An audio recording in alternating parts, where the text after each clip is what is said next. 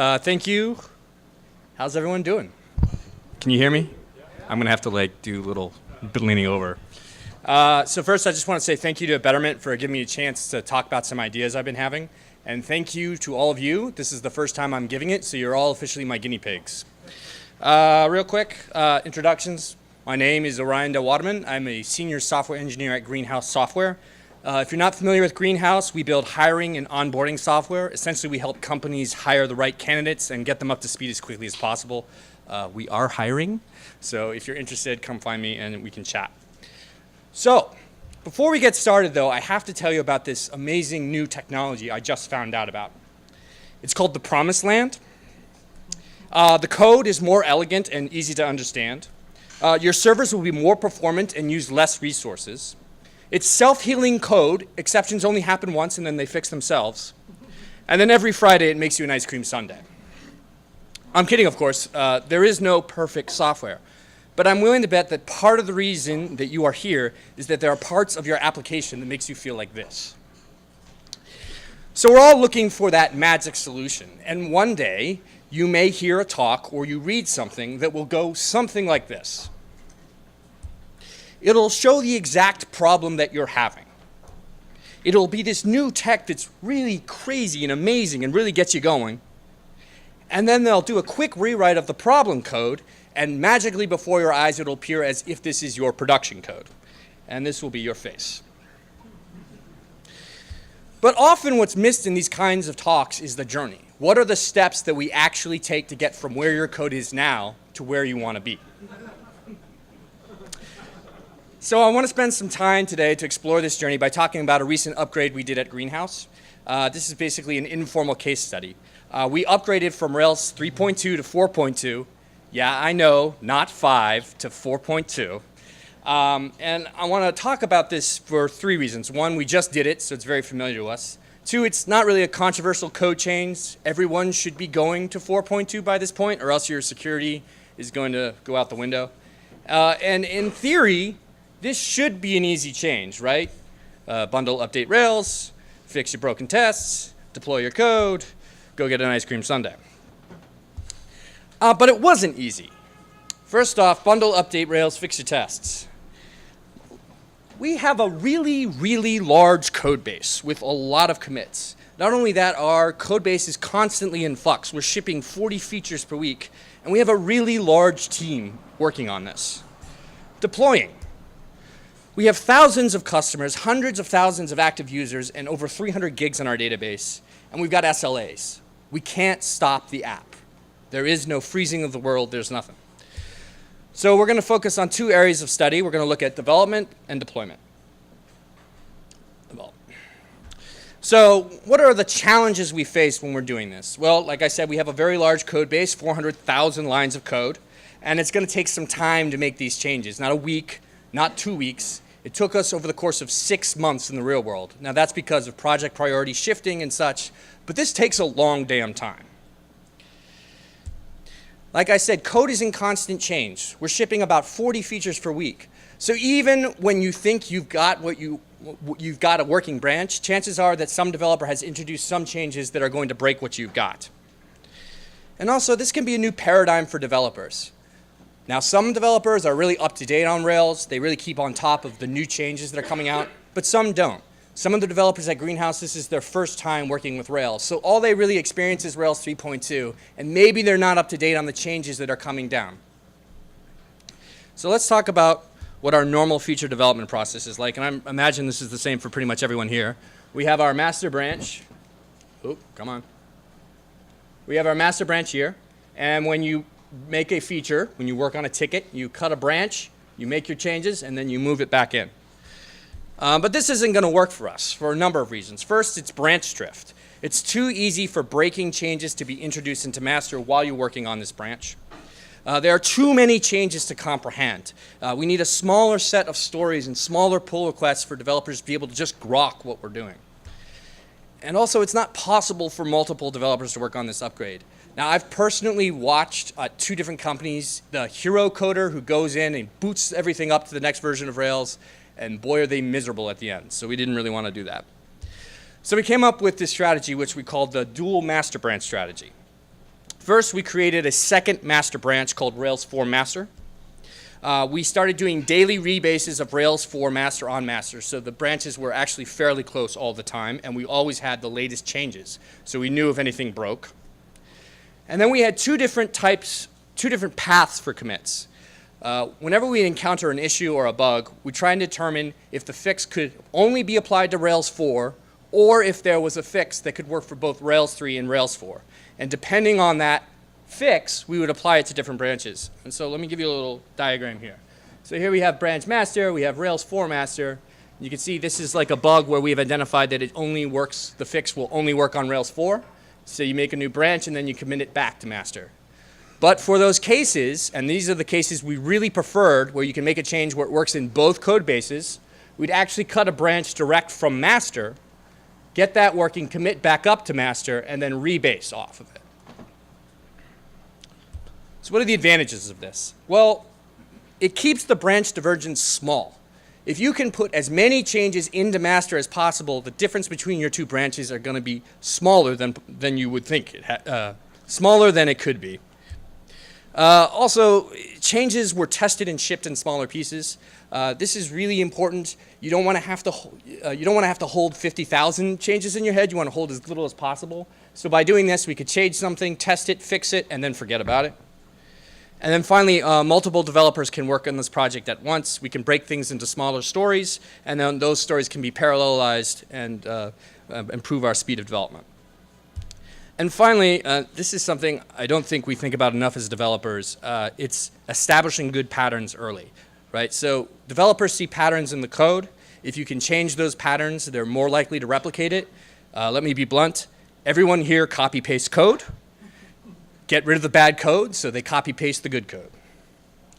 So this was our branch at the end of the process right here. Ignore the Rails 4/develop. That has to do with Git flow. It's not really important. But as you can see here, and it may be a little pixelated so it's hard to see, that's 5,000 lines added, 4,600 plus lines removed. But even though this is the Rails 4 branch, it didn't include PRs like this one, which is my favorite. This is a PR which changed find by star to where.first. This single PR had 1,100 lines added and 850 lines removed. So that was good. That worked really well for us. Now let's talk about deployment. So what are our deployment challenges? Well, first, we have lots of changes, even as we kept that branch as small as possible. So there's a large risk of something will go wrong. Also, we have to keep the application working. We have an SLA. We're going to end up paying our customers money if we go down. So we basically need to, A, be able to quickly address bugs in production, but also have a rollback strategy in case something really goes wrong. We need to preserve data. We can't just have data go flying out the window. The customers really need it. So if something goes wrong, we either need to preserve that data or be able to recover it for the customer. And then this is a little tricky to talk about, is business actions must complete. So there are a lot of things that happen within the scope of a request, and we do a lot of background jobs to do asynchronous work. Those have to complete. So if I'm a customer and I make a request to a Rails 3 server, and then the server goes down and comes up and I'm talking to a Rails 4 server, all the asynchronous actions that I triggered have to complete. Otherwise, we've just broken the app. So we decided to do what's called a modified blue-green release. So I don't know, most of you are probably familiar with this, just a refresher. What is a blue-green release? So a blue-green release, simply you have these green servers, they run your current production code. You have blue servers, and these are going to run your new code. And then you have a router here, and this directs a portion or all of your traffic to various servers. So you can slowly turn people onto the blue servers to test it out, and then once you're comfortable, you have the router completely switch all traffic to blue. We didn't really have the infrastructure to do this. It would have been way too much work to try and do it. But we had recently just migrated off of Heroku onto AWS with Mesos and Marathon. So we decided to use Heroku as a blue server and use our DNS configuration itself as a router. Once we were satisfied that everything would work, we could then deploy the new code onto AWS and then set DNS back to point only to Amazon. So what problems did this solve? So first of all, fewer customers are at risk of a catastrophic failure. We started with only greenhouse internally, talking to Rails 4, then we went up to 5, then we went up to 10. And the idea being that the catastrophic failures are going to happen early, so you try and expose as few customers to that as possible. We have an immediate way to roll back. It's very easy. You just simply configure DNS to point back to AWS. It allowed us to do side-by-side comparisons of the two different code bases, look at performance, look at different metrics. And this one surprised me. It's actually easy to roll back and forward multiple times, which actually proved very critical during deployment. And I'll talk a little bit more about that later. But this style of deployment introduced new issues. So asynchronous processing, I talked a little bit about this. We have sidekick and delayed job for asynchronous work. Delayed job. So delayed job uses YAML serialization. This is a problem. So this is a YAML dump of the exact same database record. On the left is Rails 3. On the right is Rails 4. You don't even have to see it. You can just see how large the difference is. So basically, Rails 3 objects cannot be marshaled into Rails 4 processes and vice versa. And even more than that, we don't generally want that. We don't want to deal with issues where a Rails 3 process does something and a Rails 4 picks it up. It's talking about bugs that really won't occur in a permanent solution, so we're going to ignore that. So what we did is we built separate queues. We built separate Red-Eye for Sidekick, and we had separate tables for delayed jobs so that the entire environments were isolated from each other. Monitoring and debugging, this is another fun issue. How do we tell which server a customer is hitting?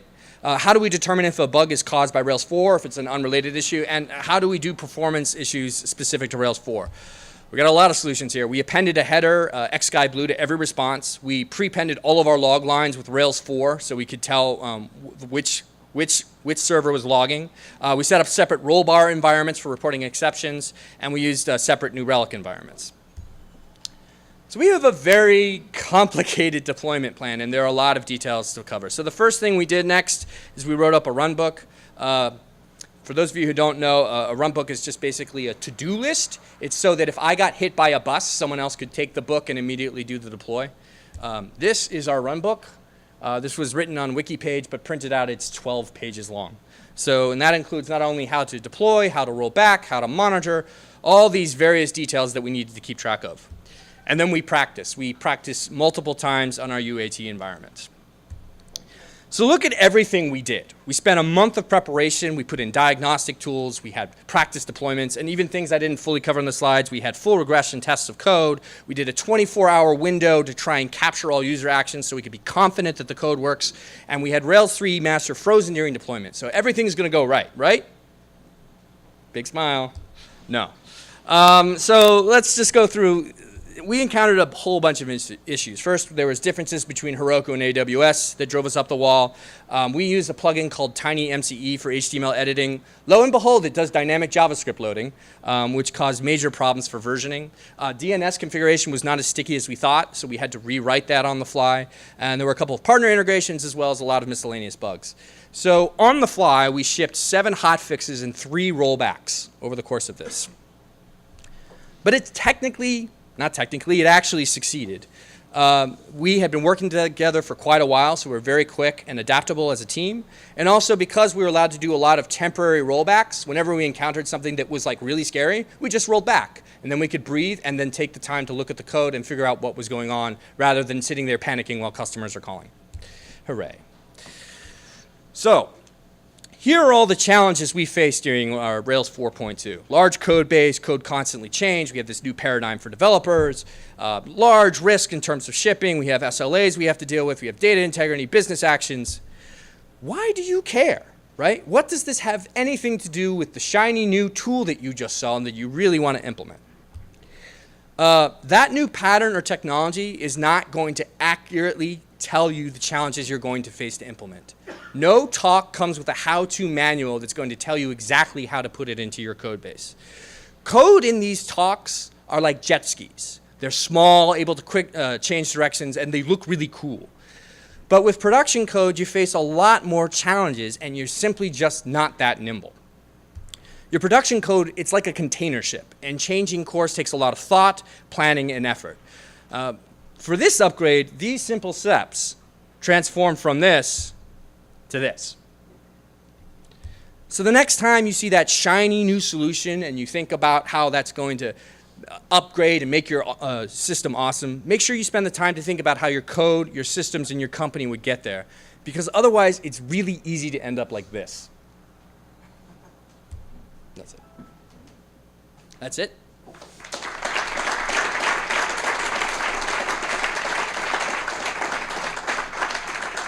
Doing questions? Are we doing questions? All right, anybody have questions about any of this? Go ahead. Yeah, at what point do you start thinking about splitting up, like 400K of lines, quite sizable. Yeah. When you start thinking about splitting it into smaller apps? I mean, that's certainly, let me repeat the question. So the question is like, is 400,000 lines too much code, and should we think about splitting it up into smaller apps? Yes, we'll get there. But I think the point of this talk is really that, like, in terms of where you always have to evaluate where you are, right? So like, we had to do the upgrade before we can do the split, right? There are always going to be things about your app that are not perfect that you're going to have to work around. Like, for instance, we didn't have a perfect blue-green environment, so we had to jerry-rig one with DNS. So the answer is yes, we all have technical debt. Go ahead.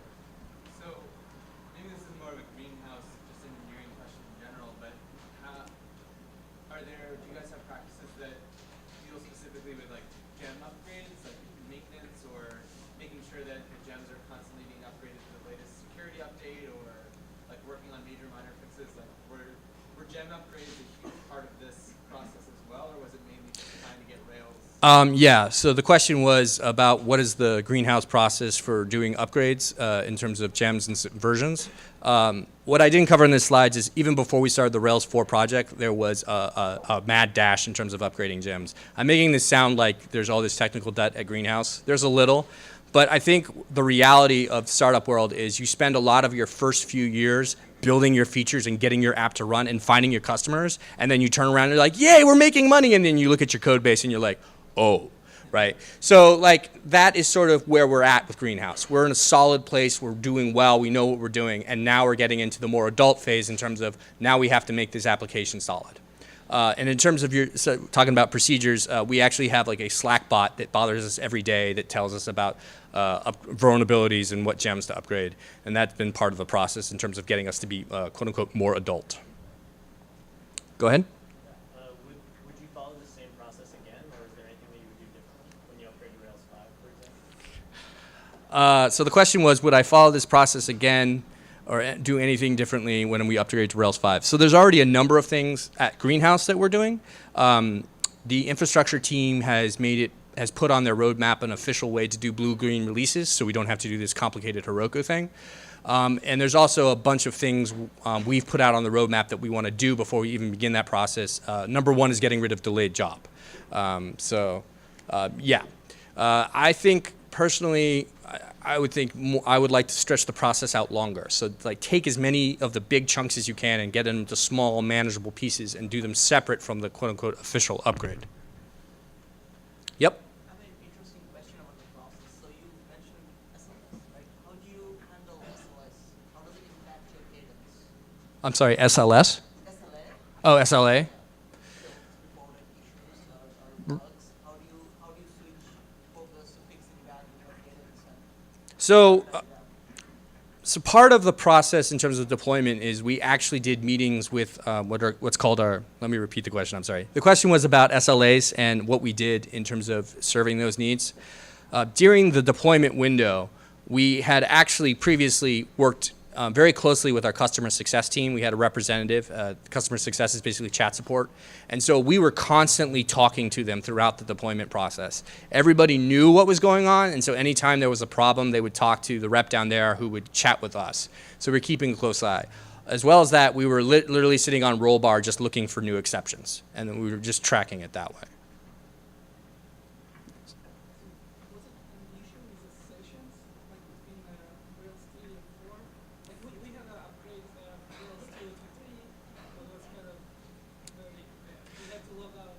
Yeah. So the question is, was there an issue with sessions? The answer is yes, definitely.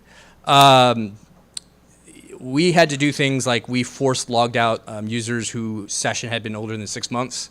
During the upgrade, there were errors that would sometimes occur if you had a session created on Rails 4 and then somehow got switched back to Rails 3, and you would be forced to log out because the sessions couldn't marshal correctly.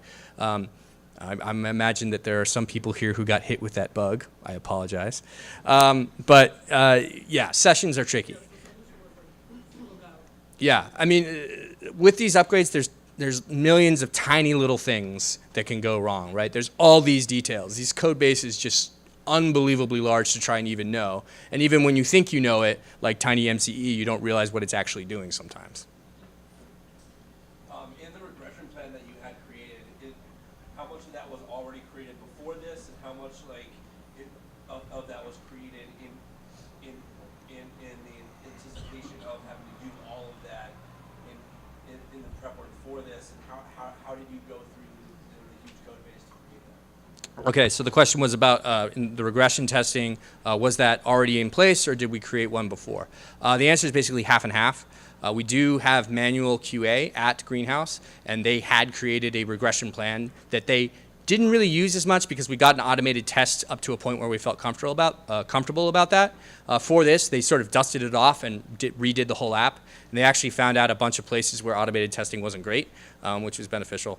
So they added some new stuff, but they actually had something to work from, which was very, very helpful.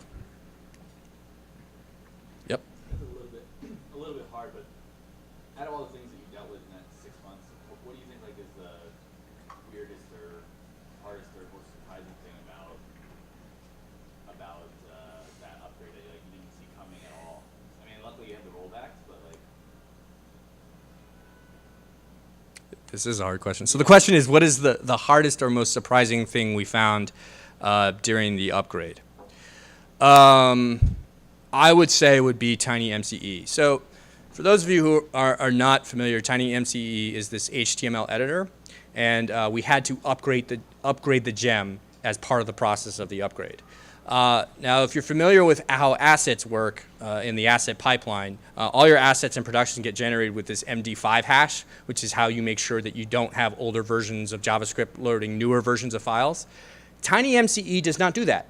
Tiny MCE dynamically loads assets. So one of the problems we had that took us forever to figure out was we would have people load up the page and the HTML editor wouldn't work. And we couldn't figure out what was going on until we saw it dynamically requesting assets. And because of the way browser caching was working, if they were switched back and forth, they could get the wrong version of it.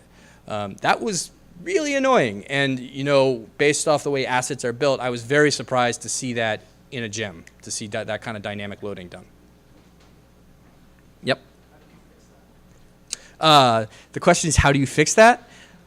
We forced a timestamp query on the assets. So every time the browser requested the asset, it would have a timestamp, so it couldn't use the cache. And so then it would actually correctly obey DNS routing and get the correct version of the file.